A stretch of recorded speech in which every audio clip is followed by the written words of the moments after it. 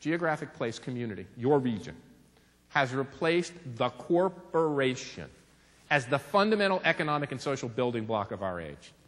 In a sense, our community leaders, our mayors, our chamber leaders, the people who run our civic organizations, all of us have become the CEOs and central management team of the most important economic organization of our time, the city, the community, the region. So it makes our jobs really hard. Now, why would I say something so bizarre?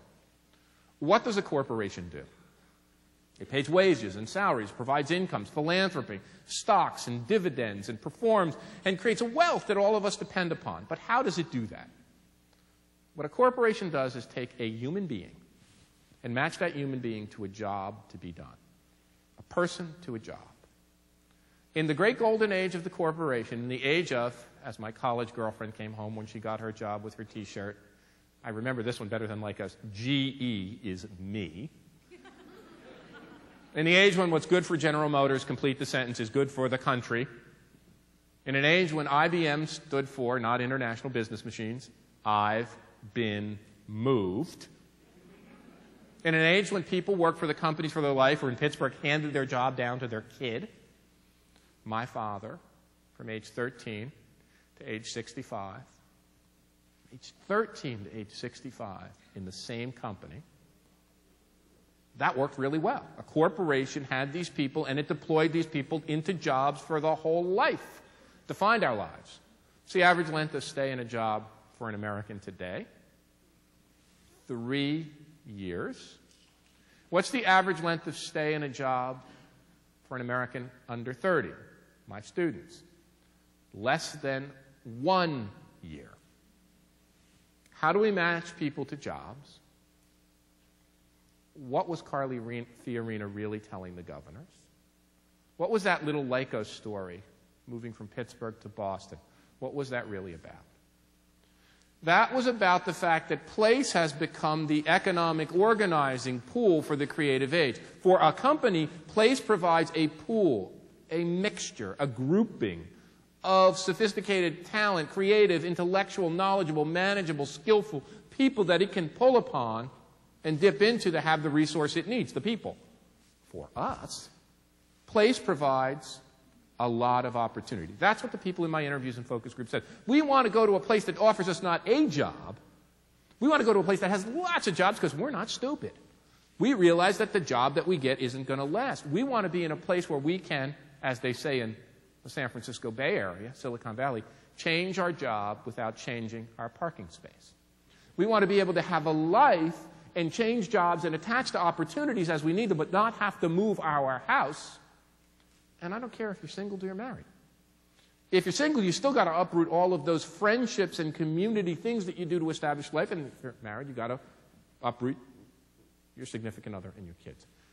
But we don't want to have to move around all the time. And if it's not a company moving us, we want to be in a place that we really want to be in. So place has become the basic economic organizing unit. Why else is place important? And here's where the book really digs deep and leads to some shocking, surprising, and sometimes ironic conclusions. What do people want in a place to live?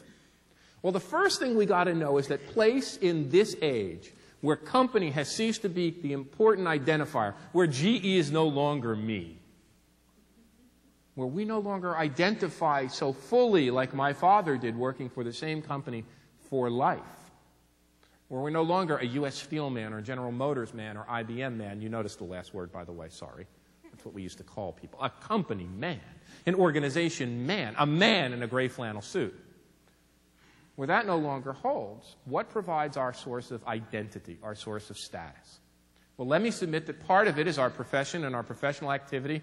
Part of it is other things, and part of us is the place we live. My personal story. Oh, when I went to Columbia University, I was at the top of the place pecking order, at least in my warped mind. For I did not live in New York City. I lived in a special part of New York City. I lived in, it might have been 123rd Street, but in my mind, it was Manhattan.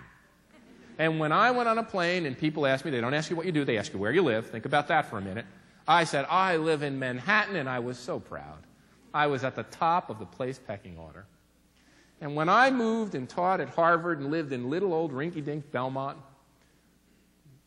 in a nice place, Belmont, I got on the plane. I didn't say I lived in Belmont. No, I didn't even say I lived in Cambridge. I said I lived in Boston. And as long as I wasn't in New York City, that worked pretty well.